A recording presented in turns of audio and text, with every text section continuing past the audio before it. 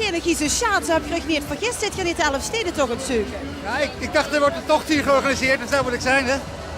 En gaat het goed zo op de schaatsen? Ja, gaat goed. Ik ben al op het derde rondje bezig.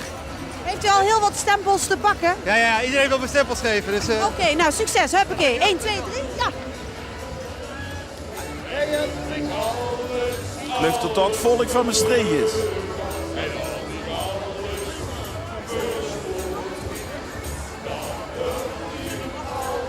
Wat mag Willem?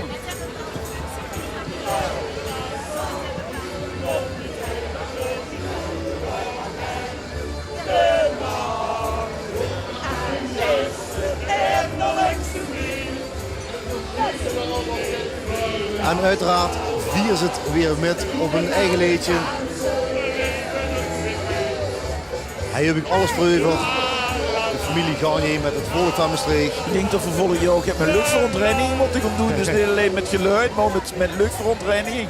Ja goed, dat is misschien de consequentie van regels. Luizen dan toch weer de andere uurtjes op. Hè. Culinair onnutten noemen ze zichzelf. Ja, ik ruik het nog heel erg. Ja, we ruiken de onnutterij, ja.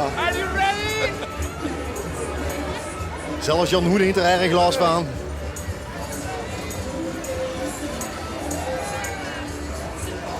Het is maar goed dat de bum maar zo in en dan niet zit.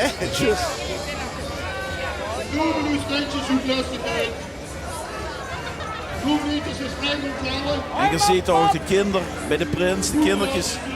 Dat is ook zo'n ganz apart chapiter. Hier er staan nu 3.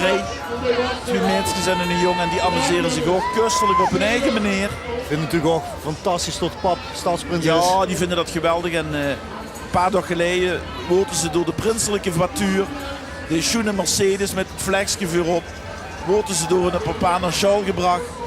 En ja, dat is natuurlijk prachtig. Op de Aloysius-sjaal. Op de Aloysius-sjaal. Als ze door de paasprins in de auto dan naartoe is gebracht.